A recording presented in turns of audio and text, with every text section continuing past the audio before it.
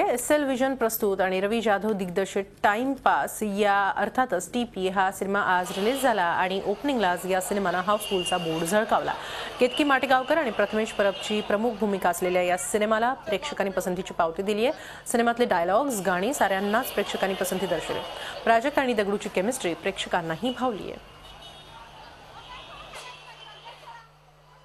पहिल्याच दिवशी टाइमपास या सिनेमाला जोरदार प्रतिसाद मिळतो आणि हा प्रतिसाद स्वतः आपल्या डोळ्यांनी पाहायला प्रथमेश आणि केतकी थिएटर्समध्ये फिरतायत। प्लाझाला आज आपण आलोय आणि मला वाटतं पहिला शो त्यांचा हाऊसफुल आहे आणि त्याचप्रमाणे मला सांगावंसं वाटतं नक्षत्रमध्ये सकाळचा शो 9:30चा शो ही हाऊसफुल होता, तिकीट मिळत नव्हती। पहिलं तर त्यांना सगळ्यांना थँक्स की त्यांनी एवढा प्रचंड प्रतिसाद दाखवला आणि असाच प्रतिसाद त्यांचा चालू राहू दे ही जी इच्छा आहे मनात। केतकी काय खूप आनंद होतोय आणि हे लोकांचं प्रेम मिळतंय नक्कीच टाइमपासला। आणि आम्ही सगळ्याच टीमनी केलेले, म्हणजे आम्ही दोघंच नाही, रवीजींपासून सगळ्यांनी टीमवर सेटवर एक व्यक्ती असते या टीममध्ये आहे।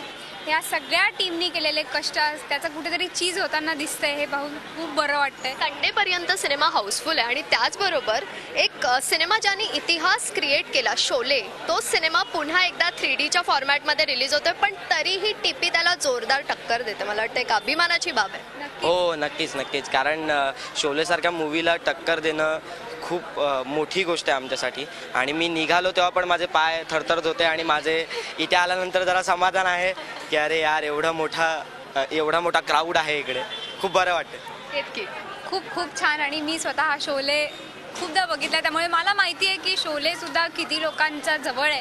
पण कुठेतरी काल रात्रीपासून मला गोळा आलाय पोटात जाम की काय होणार आहे। पण जेव्हा सकाळी फेसबुक मी ओपन केलं आणि तेव्हा खूप सारे असं आले की हाऊसफुल, अरे आम्हाला तिकीटं मिळत नाही आहेत, काय करू। पण हे बघून कुठेतरी आनंद होतोय आणि एक विश्वास आहे की टक्कर देईल नक्कीच शोलेला।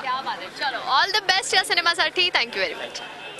व्हिडिओ जर्नलिस्ट अशोक सोनावणेसह जयंती वाघधरे, झी मीडिया, मुंबई। झी 24 तास एक पाऊल पुढे।